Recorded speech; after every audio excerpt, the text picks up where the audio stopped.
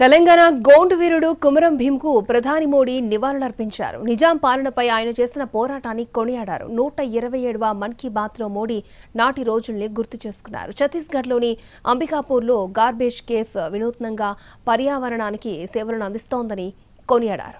ప్రతి నెల చివరి ఆదివారం రోజు దేశ ప్రజలతో తన అభిప్రాయాలను పంచుకునే కార్యక్రమం మన్ కీ బాత్లో ప్రధాని మోడీ తెలంగాణ గోండు వీరుడు కుమరం భీంను గుర్తు చేసుకున్నారు. భారత్ను దోచుకోవడానికి బ్రిటిష్ పాలకులు అన్ని మార్గాలను వాడారని, ఆ సమయంలో హైదరాబాద్ ప్రజల ప్రతిస్పందన వీరోచితంగా ఉందని అన్నారు. బ్రిటిష్ వారు నిజాం పాలనను బలపరిచారని, పేదలు గిరిజనులపై నాడు జరిగిన వేధింపులు వర్ణనాతీతమని మోడీ అన్నారు. అలాంటి కష్టకాలంలో 20 ఏళ్ల కుర్రాడు కుమరం భీం అన్యాయాలకు ఎదురొడ్డి నిలబడ్డాడని, అతడి పేరు చెప్పబోయే ముందు ఆ కుర్రాడి వీరత్వం గురించి తెలుసుకోవాలని అన్నారు. నాటి రోజుల్లో నిజాంపై ఒక్క మాట మాట్లాడటం కూడా నేరమే అయినా ఆ కుర్రాడు నిజాం అధికారిని బహిరంగంగానే సవాల్ చేశాడని మోడీ గుర్తు చేశారు. కుమరం భీం జయంతిని అక్టోబర్ 22న నిర్వహించామని అన్నారు.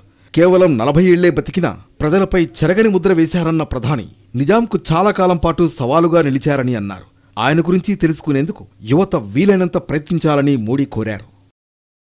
వినూత్నంగా పర్యావరణానికి సేవలందించే ఛత్తీస్గఢ్లోని అంబికాపూర్లో గార్బేజ్ కేఫ్ గురించి కూడా ప్రధాని మోడీ మన్ కీ బాత్లో ప్రస్తావించారు.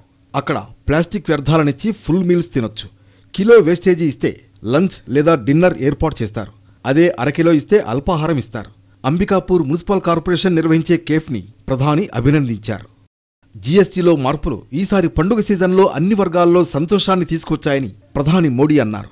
ఈసారి సీజన్లో దేశీయ వస్తువుల కొనుగోళ్లు గణనీయంగా పెరిగాయన్నారు. వంట నూనె వినియోగాన్ని 10% తగ్గించాలని రాసిన లేఖకు సానుకూల స్పందన వచ్చిందని మోడీ హర్షం వ్యక్తం చేశారు.